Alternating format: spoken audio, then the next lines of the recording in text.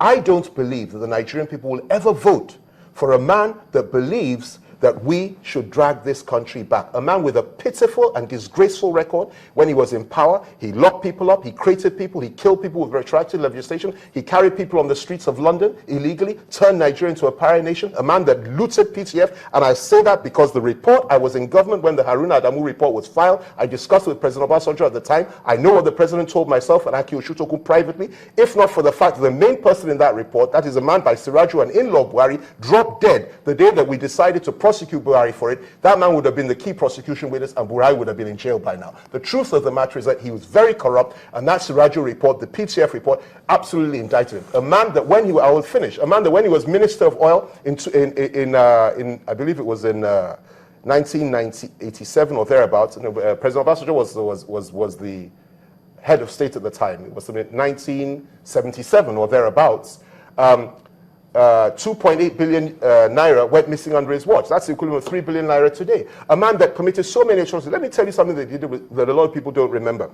This is a man that converted all the currency that we had at that time and told everybody to convert their currency within 1 week, forgetting the fact that most northerners at the time dealt in cash, and most of them kept those the cash in their homes. They lost everything overnight simply because of Buhari's way. A man that sent so many people to jail for hundreds of years without due process, without any credible evidence. A man what about the tribunal that was set up? Listen to me. No lawyer attended let me remind you. There were reports of the tribunal. You may be too young to know this. No. If I was young, I mean, you were not alive when Julius Caesar was alive, but you know he lived. So that's not a fair.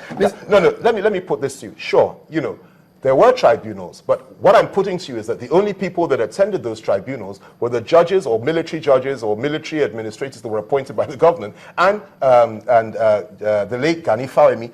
The rest of the legal world boycotted those tribunals because there was no due process. There were no laws administered there. It was just a kangaroo court. There were many people that had been found innocent by the ordinary courts that he now insisted must be jailed at all costs. And this man destroyed the lives of so many people, including the lives of serving governors who were locked up, who after their release died a few months later. Bisi Onabanjo, Adamu Atta, so many of them. Adamu Atta lived for quite some time, but he was never the same person again. So many of them.